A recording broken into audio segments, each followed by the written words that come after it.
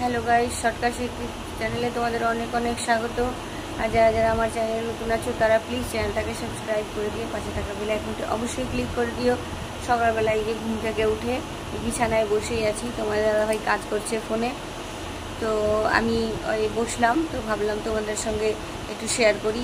আর আজকে জন্মাষ্টমী, সবাইকে হ্যাপি জন্মাষ্টমী। আর আশা করছি সবার বাড়িতেই গোপাল আছে, পুজো হবে, আমাদের বাড়িতেও পুজো হবে, তো তোমাদের সঙ্গে সব কিছু শেয়ার করব। পুরো ব্লগটা দেখবে আজকের ব্লগটা কিন্তু খুব ভালো লাগবে আশা করছি। আমি কিন্তু গেল বছরও তোমাদের সঙ্গে শেয়ার করেছিলাম, এবছরও শেয়ার করার চেষ্টা করব। তোমরা পুরো ব্লগটা দেখো, খুবই ভালো লাগে। স্নান করে উঠলাম এখন, তোমাদের সঙ্গে কথা বলার পর অনেক কাজ করেছি। তা বেড কভারগুলো ছিল সেগুলো সব পরিষ্কার করেছি, ধুয়েছি।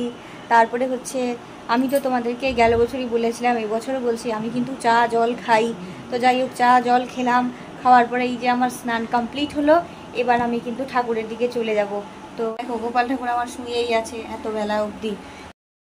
দেখো, গোপালকে আমি এখন স্নান করাচ্ছি, আর স্নান করার সময় তোমাদের সঙ্গে একটু শেয়ার করে নিলাম। তো দেখো, আজকে যেহেতু গোপাল ঠাকুরের স্পেশাল দিন জন্মাষ্টমী, তো আজকে তো গোপাল ঠাকুরেরই দিন। তো চলো, গোপাল ঠাকুরকে নিয়েই আজকে সারা দিনটা আমি তোমাদের সঙ্গে শেয়ার করব। কিন্তু তার আগেই বলবো, সবার বাড়িতেই আশা করি গোপাল আছে, আর যে যার মতন করে করতে পারে, আমিও কিন্তু আমার মতো করেই করি। আর মনের মধ্যে শ্রদ্ধা আর ভক্তি থাকলে মানে যেভাবেই করো, কিন্তু ঈশ্বর কিন্তু আমাদের ভক্তিটা সেভাবেই গ্রহণ করে। আর এটা মানে গীতাতেও বলেছে, আর আমার মন বলে আমি যেভাবেই দিতে পারি ঈশ্বর সেভাবেই নেবে, শুধু মনের মধ্যে ভক্তিটুকু ভালো হওয়া চাই। দেখো, কথা বলতে বলতে সকালবেলার পুজোটা আমি কিন্তু কমপ্লিট করে নিলাম।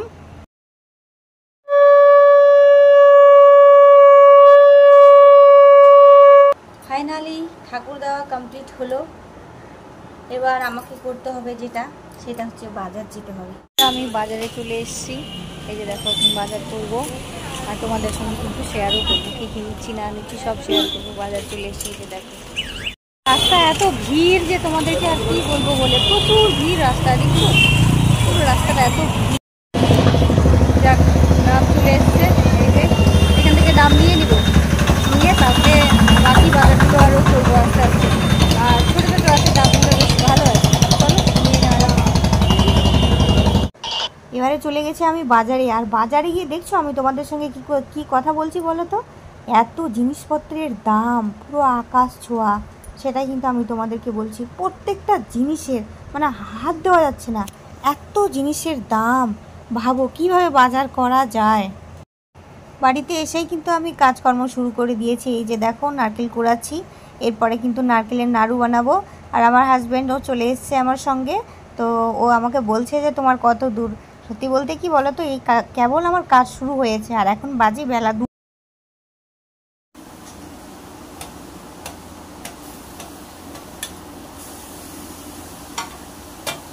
কথায় আছে না, ইচ্ছা থাকলে উপায় হয়, সত্যি কথাই।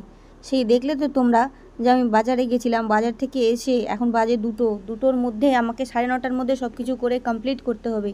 এই যে দেখো, নারকেলের নাড়ুগুলো করব, এরপরে আস্তে আস্তে তালের বড়া করতে হবে, অনেক কাজ আছে জানো তো।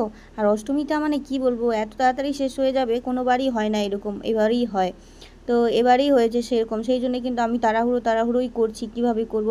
আর একজন যদি হেল্প করার থাকে তো খুব ভালো হয়, একা হাতেই যেহেতু সব কিছু করতে হয়। এদিকে আমার হাজব্যান্ড বললো অফিস যাবে, ওর জন্য আবার রান্নাবাড়ি করলাম। ও খেয়ে দিয়ে গেল, আবার ওখানে গিয়ে পৌঁছেছে, আবার বলছে আমি বাড়ি চলে যাবো, আমাকে বললো বাড়ি যেতে। ভালোই হলো, তাহলে চলে এসো। এবার বাড়িতে এসে ও তো তেমন ক্যামেরাও ধরতে পারে না, যাই হোক বাড়িতে থাকলে তবুও ভালো লাগে একটা মানুষ। তো যাই হোক, একা হাতে সব কিছু করে তারপরে তোমাদের তো সবই শেয়ার করছি, তোমরা দেখছো, আশা করছি তোমাদের ভালো। এই যে দেখো, হয়ে গেছে, আর বেশ ভালো হয়েছে, বড় বড় হয়েছে, সুন্দর দেখে, সুন্দর লাগছে। এটাকে এখন কাটবো, কেটে। এখন কিন্তু সন্ধ্যে 7:30টার বেশি বাজে, তো আমি গোপাল ঠাকুরটাকে স্নান করাচ্ছি। আর এই যে দেখো, দুধ দিয়ে স্নান করালাম। এরপরে আস্তে আস্তে আমি কিন্তু সবগুলো ঠাকুরকে ভোগ দেওয়ার চেষ্টা করছি। এই যে দেখো, কারণ গোপাল ঠাকুরটাকে শুধু দেবো আর বাকি ঠাকুরগুলোকে দেবো না, তা কি হয় বলো, সবাইকেই দেওয়া উচিত। যাই হোক, আমি আস্তে আস্তে সবাইকেই দেওয়ার চেষ্টা করছি। আর এই যে দেখো, এলোমেলো হয়ে রয়েছে পুরো ঘরটা, কেন বলো তো, ভাবলাম একটু গুছিয়ে তারপরে ভ্লগটা স্টার্ট করব, কিন্তু একদম সময় আর পেলাম না। কারণ 9:35-এর মধ্যে আমাকে যে কোনো অবস্থাতেই পুজোটা কমপ্লিট করতে হবে, কারণ না হলে অষ্টমী কিন্তু ছেড়ে যাবে। আর এবারে এমনই হয়েছে, কোনো বারে এরকম হয় না। আমি জানো তো 12টার সময় পুজো করি, কিন্তু অষ্টমী না থাকলে আর পুজো করে কি করব বলো, সেই জন্য একটু তাড়াতাড়ি করতে হচ্ছে। তারপরে এই যে দেখো আমি কিন্তু পুজোটা স্টার্ট করে দিয়েছি। আর তোমাদের দাদাভাইকে বললাম ক্যামেরাটা ধরতে, ও কেমন মানে দেখো একটু ক্যামেরাটা অন্যভাবে ধরেছে, অত ঠিকঠাক হয়নি। তো যাই হোক, তোমরা দেখো প্লিজ সবাই, এইটুকুই বলবো, কারণ ও তো পারে না অতটা ক্যামেরা ধরতে। তো তোমরা কিছু মনে করো না, সেভাবেই তোমরা মানে দেখো, এভাবে মানে কি বলবো, আর এরকম করেই দেখো। তো আমি চাই তোমাদের সঙ্গে আরও ভালোভাবে মানে শেয়ার করতে, কিন্তু একা হাতে তো ওই জন্যে হয়ে ওঠে না, পারি না। আর মনে ইচ্ছা আর ভক্তি থাকলে আমি ঈশ্বরকে, আমি কেন সবাই, ঈশ্বরকে তোমরা যেভাবেই ডাকো, ঈশ্বর কিন্তু সব জায়গায় থাকে। সত্যি কথাই এটা। তোমরা মানে কি বলবো, ঈশ্বর তো প্রত্যেকটা আমাদের প্রত্যেক জায়গায়, হাওয়া বাতাস সব কিছুর মধ্যেই ঈশ্বর মিশে আছে। তো আমরা ভক্তি করে ডাকলে আর ঈশ্বর থাকবে না, তা কি হয় বলো? তো ঈশ্বর সব জায়গায়, আমাদের সব থেকে বড় কথা আমাদের মনের মধ্যেই থাকে। বেশি ভোগ দিয়ে, বেশি মানে আনন্দ করে পুজো করে সেটা থাকে না, সবার মধ্যে ঈশ্বর বাস করে। যার যেইটুকু ক্ষমতা সে সেইভাবেই করে। এই যে তোমাদের সঙ্গে মানে কথা বলতে বলতে এই যে দেখো আমি কিন্তু পুজোটা পুরো কমপ্লিট করে দিয়েছি। দেখতে পাচ্ছ পুজোটা পুরো কমপ্লিট হতে চললো আমার। আমি একদমই মানে তাড়াহুড়ো করছি যে দিয়ে দিতে পারলেই হয় তাড়াতাড়ি, দিয়ে দিতে পারলেই হয় তাড়াতাড়ি পুজোটা। তো যাই হোক, ভগবানের আশীর্বাদ ছিল যে এত কিছু করার পরেও আমি, এত তাড়াহুড়ো করার পরেও আমি পুজোটা যে করতে পেরেছি, এটাই আমার মানে সময়ের মধ্যে, এটাই আমার কাছে মানে অনেক ধন্যবাদ ঈশ্বরকে, যে আমি সময়ের মধ্যেই পুজোটা করতে পেরেছি। তারপরে আবার উপবাস, এই অবস্থাতে সব করা, মানে একটু মানে রাত্রিবেলা কি বলতো একটু টলমলো লাগছিল মাথাটা, কারণ আমি তো চা জল খেয়েছিলাম সকালে, আর না খেলে বলো কি করে পারবো এতগুলো কাজ করতে, একা হাতে বলো, রান্না বাড়ি ঠাকুরের কাজ সব, এই যে দেখছো আয়োজন সব আমি নিজে করেছি, নিজে।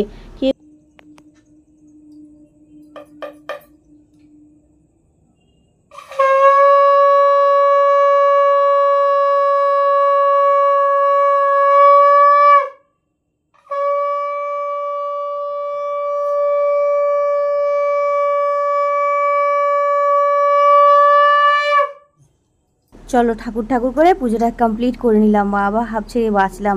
সত্যি আমি ঈশ্বরের কাছে প্রার্থনা করি এবং তোমাদের কাছেও, তোমাদেরকেও বলি আমি যেন আরও ভালোভাবে পুজো করতে পারি। গেল বছর তোমরা আমাকে আশীর্বাদ দিও, আর ঈশ্বর যেন আমাকে আশীর্বাদ দেয়, গোপাল ঠাকুর আমাকে যেন আরও আশীর্বাদ দেয়, আমি যেন আরও ভালোভাবে পুজোটা করতে পারি। কি বলবো বলো, এই যে দেখতে পাচ্ছ গ্যাসটার উপরে দুধটা পুরো কাঁচাই ছিল, গরম করতে ভুলে গেছি না, আর শরীরটা দেয়নি জানো তো। তো সেই জন্যে আমি দুধটা পুরো সকালে ফেটে গেছে, পুরো ফেলে দিলাম, পুরো 1 লিটার দুধ পুরোটাই ফেলে দিতে হয়েছে, কি বলবো আর বলো। তো যাই হোক, তোমাদের আশীর্বাদ, তোমাদের ভালোবাসা আর ঈশ্বরের আশীর্বাদ ভালোবাসা যদি থাকে, আমি জীবনে আরও ভালো করে আরও যেন মানে পুজো করতে পারি, ভালোভাবে তোমাদের সঙ্গে শেয়ার করতে পারি, এটাই আশা করছি, এটাই তোমাদেরকে বলছি। আর ঈশ্বর, আজকে আমার গোপাল ঠাকুরের মুখটা দেখো কত মিষ্টি লাগছে, খুব আনন্দে আছে সত্যি। তো এই যে দেখো আমি ঘট বসিয়ে দিয়েছি। তারপরে এই যে কাটা ফল অল্পই করেছি, কারণ কাটা ফল মানে সকালে খাওয়া যাবে না, সেজন্য আমি কিন্তু অল্প করে দিয়েছি, একটা করে সব ফল কেটে দেওয়ার চেষ্টা করেছি আমি। আর এই যে লুচি করেছিলাম, তোমাদেরকে তো শেয়ার করলাম, তবু আরেকবার বলেই দিই, এই যে লুচি করেছিলাম আর কিছু কাটা ফল দিয়েছিলাম, একদম অল্প করে দিয়েছি, কারণ আমাদের তো খাওয়ার মধ্যে এই দুজন আর এই পাড়ার লোকেদের কিছু কিছু দেব। তারপরে হচ্ছে পায়েসও করেছিলাম, এই যে 5 মিষ্টি দিয়েছি, আর এই নাড়ু করেছিলাম, তিলের নাড়ু, নারকেলের নাড়ু, এটা হচ্ছে তালের বড়া করেছি। তারপরে এই যে 5 ফল দিয়ে দিয়েছি, আর পায়েস করেছি, বাকি পায়েসটা তুলে ওই ঠাকুরগুলোকে দিয়েছি। এর মধ্যে কাঁচা চাল, দুধ আর কলা আছে।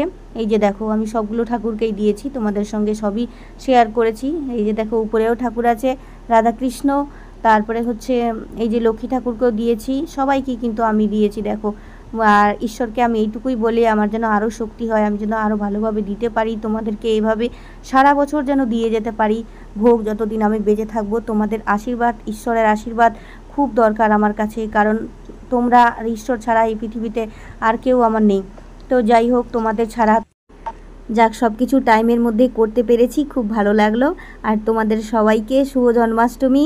কেমন লেগেছে আজকের ব্লগটি তোমাদের, সবাই কিন্তু কমেন্ট বক্সে অবশ্যই জানিও নিজের মতামত। সবাই ভালো থেকো, সুস্থ